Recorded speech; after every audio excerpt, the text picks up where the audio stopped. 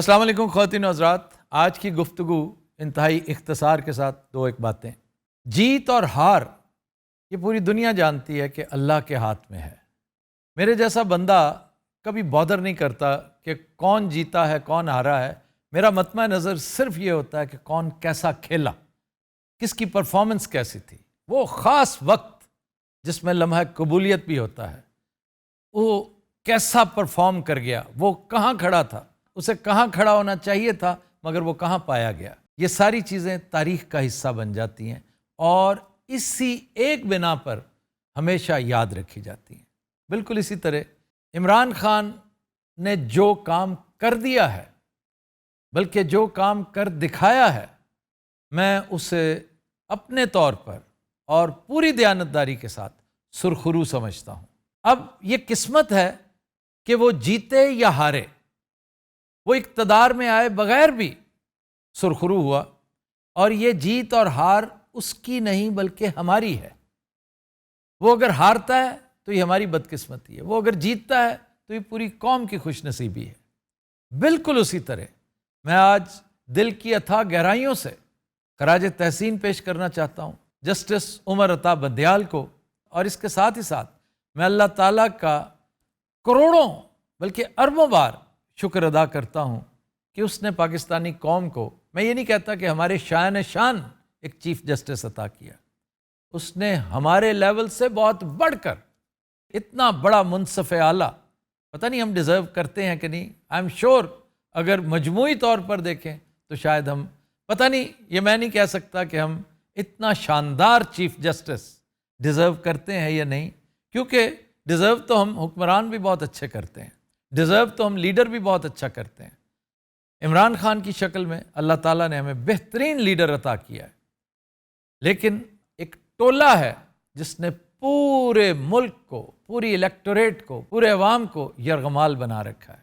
اس کو دیکھ کے محسوس ہوتا ہے کہ ہماری سزا لامتناہی ہے، یا کم از کم فی الحال ابھی سنوائی نہیں ہوئی، ابھی معافی کا لمحہ نہیں آیا۔ جسٹس صاحب نے جو کچھ کیا اور جو کچھ وہ کرتے چلے جا رہے ہیں، اس نے مجھ جیسوں کا سر فخر سے بلند کر دیا ہے۔ اب اس کیس کا فیصلہ جو بھی ہو، میں چیف جسٹس آف پاکستان کو، چیف جسٹس عمر عطا بندیال کو اپنی زندگی کے آخری دن تک انشاءاللہ یاد بھی رکھوں گا، نہ صرف دل میں بلکہ اپنی دعاؤں میں اور اپنی نمازوں میں بھی، کہ مجھے فخر کرنے کا جو بہت کم موقع ملتا ہے اس میں سے ایک موقع اور انتہائی شاندار موقع چیف جسٹس صاحب نے عطا کیا۔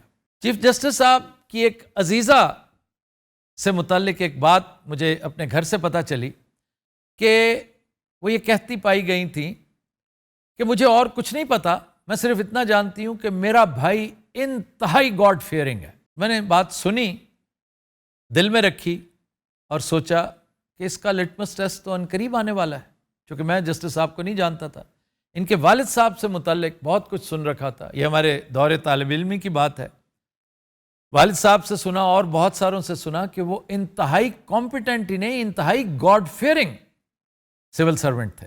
یہی وجہ ہے کہ ضیاء الحق ان کی بے پناہ رسپیکٹ کیا کرتے تھے۔ انڈیکیٹرز تو یہی بتاتے تھے، کرائن یہی بتاتے تھے کہ چیف جسٹس آف پاکستان واقعی ایک انتہائی شاندار شخصیت ہے۔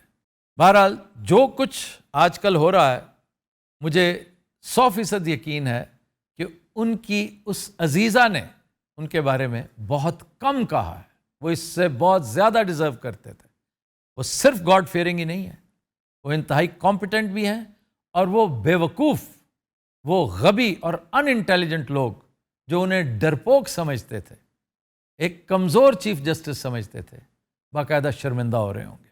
یہ گزشتہ دنوں ایک بڑی ہیبتناک رات تھی، ایک بڑی ڈراؤنی رات تھی، میں سمجھتا ہوں جیسے ہم ہندو میتھالوجی میں پڑھتے ہیں، کہانیوں میں پڑھتے ہیں، اماوس کی رات، جمعرات اور جمعے کی درمیانی شب، ہم سب سوچتے تھے کہ پاکستان میں ایک واحد امید کی کرن اس وقت جو موجود ہے، کہ جس کی طرف دھیان بار بار جاتا ہے، اگر وہ بھی ماند پڑ گئی، اگر وہ بھی بجھ گئی، تو ہمارا تو ایمان اٹھ جائے گا، اس ملک سے، اس مملکت خداداد سے ایمان اٹھ جائے گا۔ چلو عمران خان کے ساتھ تو جو کچھ ہو رہا ہے سیاستدانوں کے ساتھ یہ کوئی نئی بات نہیں. ویسے تو ججوں کے ساتھ بھی بہت کچھ ہوتا ہے. چشمے فلک نے یہاں پر وہ کچھ ہوتے دیکھا ہے کہ جس کی مثال اور کہیں نہیں ملتی، ایون ٹی وی اور فلم میں نہیں ملتی. وہ کچھ سن 1997 میں جب اینٹ سے اینٹ بجانے کی کوشش کی گئی تھی، اور اس میں بنیادی طور پر وہ دوست کامیاب ہو گئے تھے جنہوں نے اس خطرناک بلکہ المناک سلسلے کا آغاز کیا تھا. پھر اس کی تاریخ بہت پرانی ہے. جسٹس منیر کا نام ہمیشہ یاد رکھا جائے گا. جسٹس منیر کو ایک عبرت کے طور پر، سزا کے طور پر، شرمندگی کے طور پر ہم یاد کرتے ہیں. مولوی تمیز الدین کیس ہمیشہ جسٹس صاحب کی یاد دلاتا رہے گا. اور جسٹس صاحب اور ان کی اولاد بھی کیا سوچتی ہوگی کہ زندگی میں ایک ہی موقع ملتا ہے بڑا کام کر جانے کا، اپنے آپ کو امر کر جانے کا. واقعی جغرافیہ سے ہٹ کر تاریخ میں زندہ رہنا اصل زندگی ہے. تو وہ رات جس کا میں تذکرہ کر رہا تھا، وہ چیف جسٹس عمر عطا بدیال پر بہت طویل رات ہوگی. اگر ہم باہر بیٹھے ہی محسوس کر رہے تھے تو ان کے اوپر تو یہ سارے پہاڑ ٹوٹ رہے تھے. میں سمجھتا ہوں کہ یہ چٹان صفت انسان، یہ ایک بہادر اور دلیر سپوت اس سرزمین کا، اس نے ہمارا سر فخر سے بلند کر دیا ہے اور ان فکروں کا مفہوم ثابت کر دیا ہے کہ میں نے خدا کو کیا منہ دکھانا ہے. بہت جلد میری اس سے ملاقات ہونی ہے. پہلی بات ہی اس نے مجھ سے پوچھنی ہے کہ میں نے تمہیں اتنے بڑے منصب پہ فائز کیا کہ تمہاری عزت ہر خاص و عام پر میں نے واجب کر دی، اور تم نے یہ انصاف کیا؟ تم نے اس عہدے کے ساتھ کیا انصاف کیا؟ تم نے اس عہدے کی طرف اٹھی ہوئی 44 کروڑ آنکھوں کے ساتھ کیا انصاف کیا؟ میرا کام رب کریم صحیح کرنا تھا، کوشش کرنا تھا، تو میں نے کر دی. پھر ان کا یہ کہنا کہ میں نے اپنے باپ کو بھی فیس کرنا ہے. یہی نہیں کہ وہ ایک بڑا کمپیٹنٹ سول سرونٹ تھا، میری انگلی پکڑ کر اس نے مجھے چلایا تھا، میرے لیے سب سے بڑا رول ماڈل وہ تھا. بجائے اس کے کہ وہ مجھ پہ فخر کرتا، میری وجہ سے وہ اور میرا خاندان شرمندگی کی دلدل میں ڈوبے رہتے. یہ بہت بڑی اچیومنٹ ہے چیف جسٹس صاحب. مجھے یقین ہے کہ اس کا آپ کو خود اندازہ نہیں ہے کہ اللہ تعالیٰ نے آپ کے ہاتھ سے کام کیا کروا دیا ہے. اگین میں کہوں گا کہ مجھے اس سے کوئی غرض نہیں کہ اس کیس کا بنتا کیا ہے. الیکشن ہوتے ہیں نہیں ہوتے، الیکشن بھاڑ میں جائیں. مجھے تو صرف یہ دیکھنا ہے کہ اس ٹائم پہ، جس ٹائم پہ آپ کی طرف نظریں اٹھی تھی اس قوم کی، آپ نے کیسا پرفارم کیا.